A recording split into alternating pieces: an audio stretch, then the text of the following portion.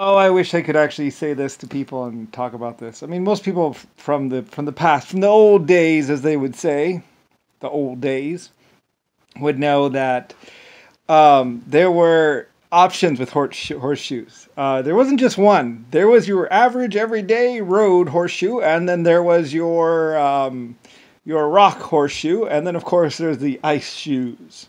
Depending on your particular need. It's like, okay, they look the same. Like they're just horseshoes with little spikes on them. And for ice or something or snow, for ice and snow or for ice, they would be extra little spiky things. They're little like a little bit spikier. They would wear out eventually, and eventually it'd just be rounded bulbs. And I think you could go and get them filed or something like that. We're working on spiky horseshoes, and usually they wear flat anyway eventually.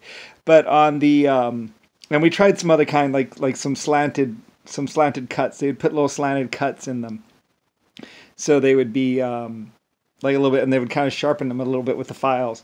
So give the horses a little extra grip because the horses, especially if it rained or whatever, they'd just be like, in the on that slate. The slate was really slippery.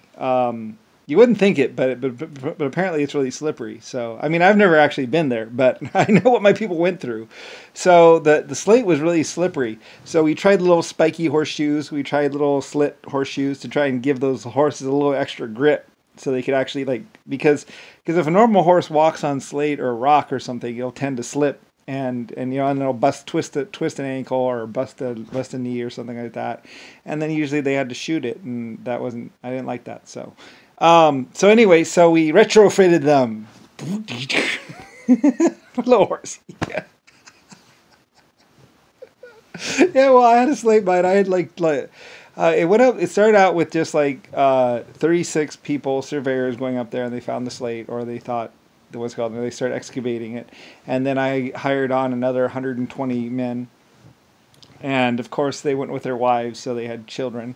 And then I think I hired on another 300 men, and there was about 350 head people or top people up there, and then I think there was 36,000 or 120,000 other extra workers, basically, to deal with other issues with the mine.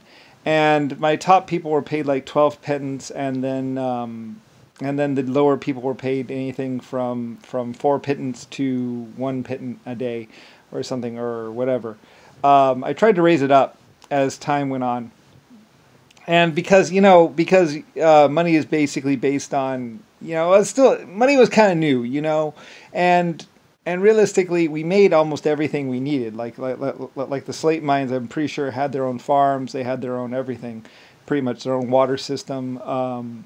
We built a water system from the mine because there's a deeper mine. There was the outside mining, and then there was the deeper mine. We actually went deep into there, and I think they even found some other minerals or something. I forget what the deal was, but there was some other stuff deeper inside there. I forget what was in there. But we had the deeper mining too, because I think we like to also just cut it. Instead of blasting and pulling it off the face, we could just cut it into sections. There's slate blocks, basically, too, that we also sold. Anyway, we did a lot of slate stuff, pulling it down and all kinds of other stuff. Anyway, and it was in operation for like 500 years or like 750 years or something like that of slate mining. I mean, there's a lot of slate buildings that were built because it was a good building material. We could cut through it fairly easily with a cable. You could just run a cable on there, and I think they put diamonds or little metal things or stone things. I think they used granite, or there's some other stone that's a little harder, and they use that to slice through it or something. We tried all kinds of different things, like tying knots in the cable and doing some stuff like that. But they would basically cable cut it, I think, and fracture it or something. I forget exactly how they did it. I think they cable cut the bottom and then they let it. That's right. They would cable cut one side of it, and then they would crack it or something, or blast it and then crack it and fall down or something like that. Yeah, I think that's how they did it. Well, they had some way of breaking it where they would line drill it. Anyway, there's some way they were doing different practices in there. Anyway, though, but my horseshoes, I mean, I did the slate mine, but that was mostly, it was my workers and me and stuff, and that was, they did their thing and I did my thing, kind of, and I had horseshoes. I invented horseshoes, and we put them on. We retrofitted the horses, and it worked great. and it worked really well. And then we were doing them, and at first we were just doing wagons and stuff like that. And then as time went on, we upgraded to other things. And eventually we dug out the channel. We had ships coming up in there, and then they would load it on using wooden cranes. I think we used a lot of wooden cranes and stuff. They would pivot it over, and they put the blocks on, and then they would ship it out, sail it out, basically. And then later on, we started doing, we did a lot of water stuff. Water really, really worked well because, it didn't wear out and it lasted forever. So we eventually dredged the channel, I think, like that, or scooped out the channel using steam or something, or cable things. And lots of hours, lots of work, and I'm paying them, and they're making money, and they're building their houses. Mostly they're getting a good life out of it, and they worked hard, really hard.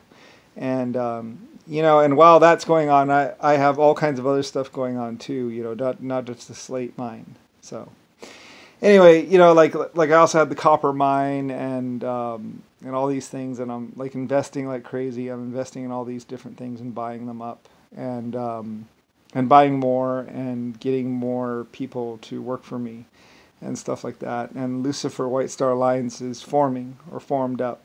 I was just kind of like in the background a little bit until like certain people started doing this whole, like, if they own a country, they can have sex with anyone they want and mess around with the laws and stuff like that. And that's when I was like, no, you're not. And they started doing this power play, and I was like, no, you're not.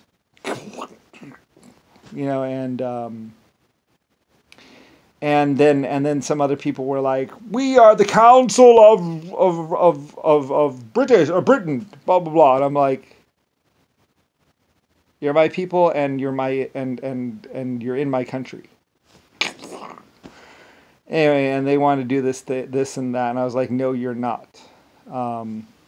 We are offering healthcare and all that other stuff, and I proved it. I showed that we could. They're like, we can't do it. It's too expensive. Blah blah. It's like, no, it's not. Anyway, I invented healthcare practically.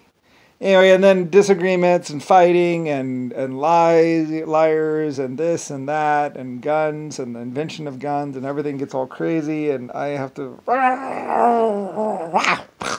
like this to my people. I have to get them by the throat and be like, "You're gonna be good. Are you gonna be good?" Mm-hmm. They're like, all right, now I can let them go. I mean, I didn't really want to hurt anyone, it's just that they were misusing free will, and they were hurting people, getting people hurt, getting people killed, or killing people. And, it's funny, like I say, out of 10,000 or 10 million people, I find these few,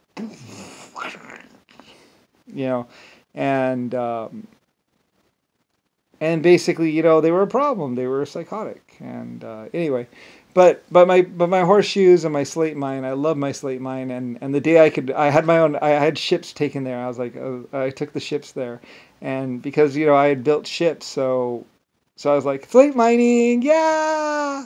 Anyway, and they couldn't really afford, it just kind of came with me, the ships just kind of showed up. I built them somewhere else, and then I started using them at the slate mine. I was like, my own ships, yes! I was like, I can ship worldwide now! Yes, I'm shipping worldwide!